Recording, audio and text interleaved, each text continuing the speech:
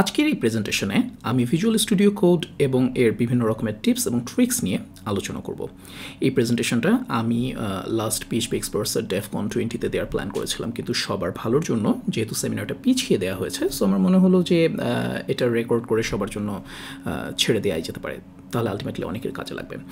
Visual studio code বেছে নেওয়ার প্রধান কারণ হচ্ছে এটা ফ্রি এবং মোটামুটি সব মেজর অপারেটিং সিস্টেমের জন্যই আপনি এর একটা না একটা ভার্সন পাবেন।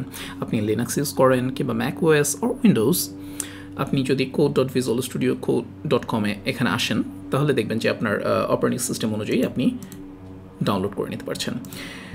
সো যখন আপনার ডাউনলোড হয়ে গেল তখন কিন্তু ভিজুয়াল স্টুডিও কোড একদম মিনিমাল ফিচার্স নিয়ে ডাউনলোড হয়, ওকে। কিন্তু এটাকে আপনি কাস্টমাইজ করে নিজের মনের মতো সাজিয়ে নিতে পারেন। আর যখনই আপনি এটাকে একদম ঠিকমতো সাজিয়ে নেবেন তখন দেখবেন যে এই চমৎকার এডিটরটা দিয়ে আপনি খুবই প্রোডাক্টিভলি কাজ করতে পারছেন। তো চলুন শুরু করা যাক।